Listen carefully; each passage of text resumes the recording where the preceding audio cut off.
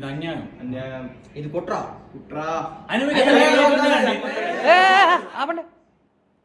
మీ బాధ ఏంటో ఒక్కొక్కడిగా చెప్పండి. ఫస్ట్ నువ్వు చెప్పరా, మంచి ఇంట్రెస్టింగ్ ఉన్నావు. మీరు ఒక్క గ్రౌండ్ లో ఆడి ఫైనల్ ఏదో బిల్డ్ అవ్వకూడదు. అదే మా పాకిస్తాన్ పిచ్ల మీదకి వస్తేనా పిచ్చెక్కిస్తుండే.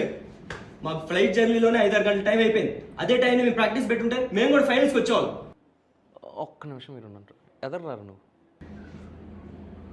అని ఎవడీడు? ఏమో నేనే మన బంగ్లాదేశ్ నాయన. బంగ్లాదేశ్.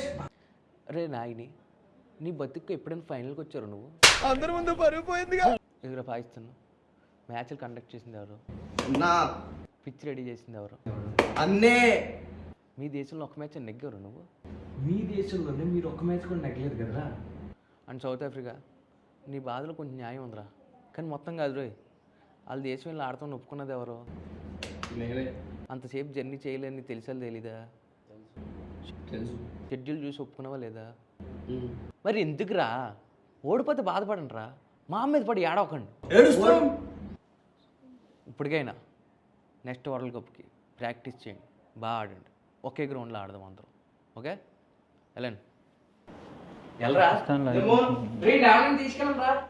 నెట్లో నాకు తెలుసు.